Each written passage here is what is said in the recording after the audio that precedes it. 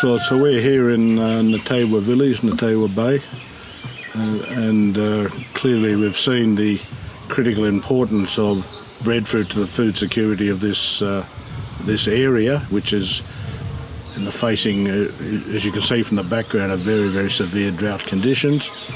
But because of the great variety of breadfruit they have, they are able to get food all year round, which makes them very food secure in this climatic environment. Part of what we're looking at in the project is to extend that type of food security at the village level to other locations where they tend to only have one or two varieties, so they only have that for a short period of time. So that would make a worthwhile contribution to national food security. In the longer term, though, we see the major benefits in terms of food security to the broader community coming in terms of processing. Now, that could be at a small enterprise, village processing, small enterprise, right up to the larger industrial processing. Producing a substitute for imported grains. Fiji, like all Pacific Island countries, is highly dependent on imported grains, and for the future these are going to become more and more expensive. These are crops that are more difficult to grow in the environment we're going to face in the future in terms of increasing temperatures, minimum nighttime temperature in particular. They can become more and more expensive.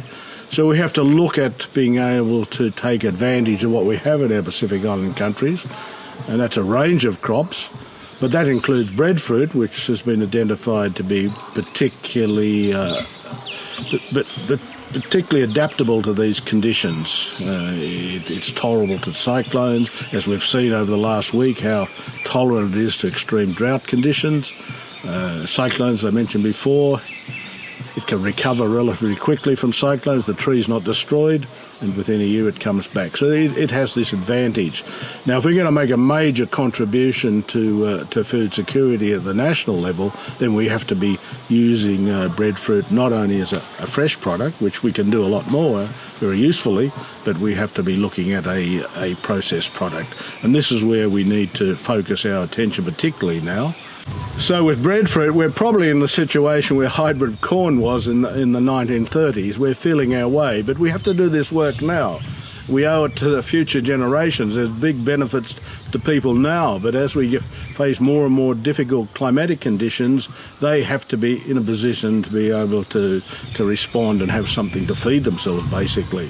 And in the meantime, it's an opportunity for enterprise, people to earn money. Food security is not only about growing your own food, but having money in your pocket to be able to buy food. So it's a combination of both.